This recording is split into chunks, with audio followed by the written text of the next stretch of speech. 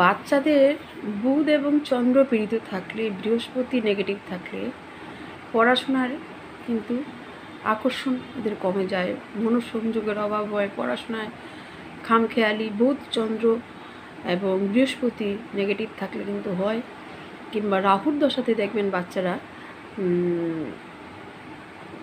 মানে বহির্মুখী বেশি হয়, পড়াশোনার প্রতি আগ্রহ কম থাকে। ওই সময় বলবো বাচ্চার দিকে ঠিক পূর্ব দিকে মুখ করে, যেদিকে সানরাইজ হয় সেই দিকে মুখ করেই পড়াতে বসান, এবং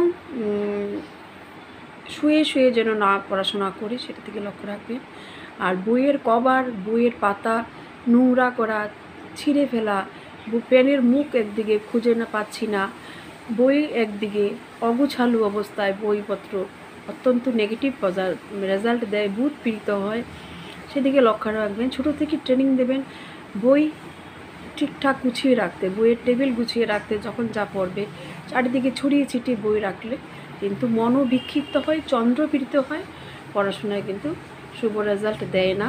তাছাড়া পড়ার টেবিলের উপর একটা সবুজ কভার পেতে দিতে পারেন, হাতে নিয়ে যেন বই না পড়ে, হয়তো মাটিতে রেখে পড়ুক, যেখানে পড়ছে হয়তো টেবিলের উপর পড়ুক, হাতের উপর যেন বই না রাখে, ওটাও কিন্তু লক্ষ্য রাখতে হবে। আর বাচ্চাদেরকে সপ্তাহে একদিন কিংবা দুদিন পারলে সোমবার শুক্রবার চন্দন বেটে চন্দনের ডাস্ট করে বাচ্চাদের গায়ে নাভিতে একটু লাগিয়ে দেবেন। এটা কিন্তু অত্যন্ত ভালো, কারণ আমাদের কুণ্ডলিনীগুলো কিন্তু জাগ্রত হয়, সেই ক্ষেত্রে কিন্তু মূলাধার চক্র জাগ্রত হয়, অত্যন্ত পজিটিভ রেজাল্ট দেয়।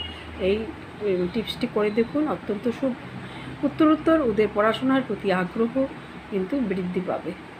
বুধ বৃহস্পতি চন্দ্র পজিটিভ রেজাল্ট দিতে শুরু করবে। Thank you.